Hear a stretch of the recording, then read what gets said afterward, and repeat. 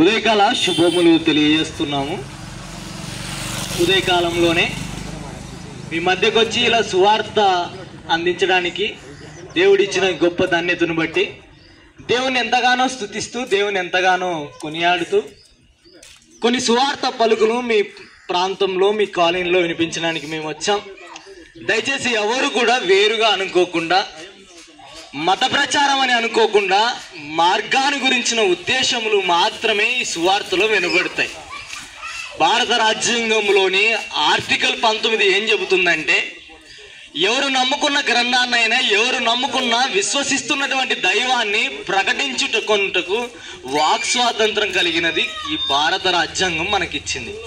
ఆ వాక్ స్వాతంత్రంలోనే భాగంగా నేను నమ్ముకున్నటువంటి దేవుడు మహారక్షకుడు, మహాయోధుడు, ముల్లోకాలను నిర్మించిన మా దేవుడైన యేసు ప్రభుల వారిని గురించిన పరిచయం మీకు చేస్తున్నాం.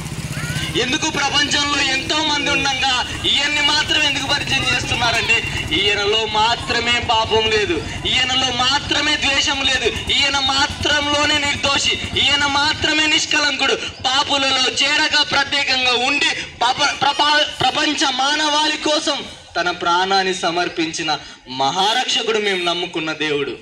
ఆ దేవుడు ఈ సమాజానికి ఏం చేశాడంటే, ఇదిగో సమాజము నష్టపోతుంది, సమాజము పాపము చెరలో పడిపోయి బందిగా మారిపోయి పాపము నుండి విడుదల లేక పాపం అనే చెరలో జీవితాలు నలిగిపోతున్నప్పుడు, జీవితాలు సమసిపోతున్నప్పుడు ఈ పాపం అనే రోగాన్ని తీసివేయడానికి ఈ సమాజంలోనికి వచ్చిన వ్యక్తే మేము ప్రకటిస్తున్నటువంటి యేసు ప్రభుల వారు.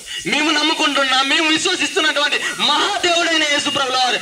ఆయన వచ్చి ఈ సమాజం కోసం, ఈ కృషించిపోతున్న ఈ సమాజం కోసం తన ప్రాణాన్ని కలువరిగిరిలో మరణించాడు. ఇంతగా మన కోసం ఆయన మరణాన్ని సమర్పించి ఏం చెప్పాడంటే, నేను మరణించి తిరిగి ఎలాగైతే ఈ సమాజం కోసం లేశానో, ఇదిగో మీకు మరణం తర్వాత మరో బతుకుంది, మరణం తర్వాత మరో జీవితం ఉంది. ఆ జీవితంలోకి మీరు వెళ్ళాలంటే ఈ భూమి మీద మన జీవిత యాత్ర ఎలా ఉందని అడుగుతున్నాడు దేవుడు. మన జీవిత యాత్ర పాపము చేత బ్రతికితే, పాపము చేత మన బ్రతుకులు క్షీణించిపోతే, పాపము చేత మన జీవితాలు సమసిపోతే మనకు నిత్య నాశనం వస్తుంది. ప్రియమైన వారలారా, ప్రమాదపు గడియలు వస్తున్నాయని హెచ్చరిక చేయడంలో ఇది మార్గాన్ని గురించిన విషయాలే తప్ప మతాన్ని గురించిన విషయాలు కాదు. ఎందుకంటే ప్రమాదం ఈ సమాజం మీదకి ప్రమాదాలు మీద ప్రమాదాలు ఎన్నో వస్తున్నాయి. ఎన్నెన్నో దాంట్ల నుంచి మనం బయటికి పడుతున్నాం. ప్రియమైన వారలారా, అంతకన్నా ప్రమాదం నరకం.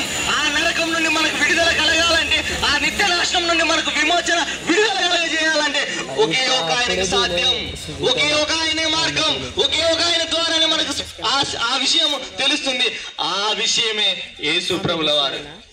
ఆ యేసు ప్రభుల వారు ఏం చెప్పారంటే, ఇదిగో ప్రపంచ మానవాళి కోసం నా ప్రాణాన్ని ఇచ్చాను, ప్రపంచ శ్రేయస్సు కోరి ప్రపంచంలో ఉన్నటువంటి ప్రతి మానవుని కొరకు నా జీవితాన్ని త్యాగం చేశాను, నా జీవితం మొత్తం నేను అంకితం చేశాను ఈ సమాజం కోసం.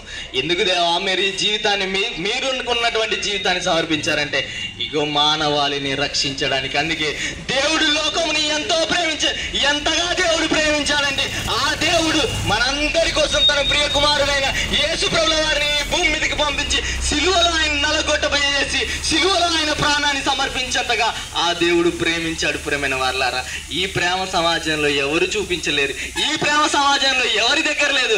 ఆయన మాత్రమే ప్రేమించాడు.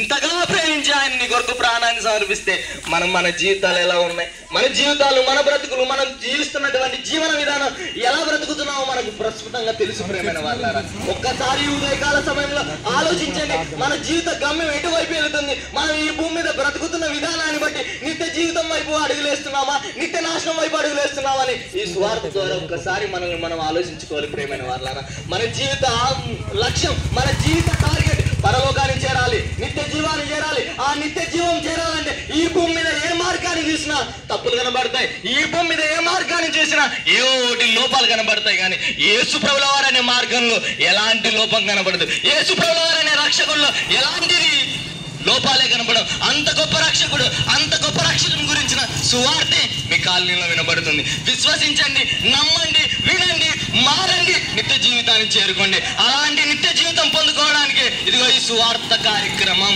ఈ సువార్త ద్వారా మీకు ప్రకటింపబడుతున్న ప్రతి మాటను మీరు ఆలోచించి, విశ్వసించి దేవునికి దగ్గర అవుతారని నమ్ముతూ ఈ సువార్త సందేశాన్ని ముగిస్తున్నాను.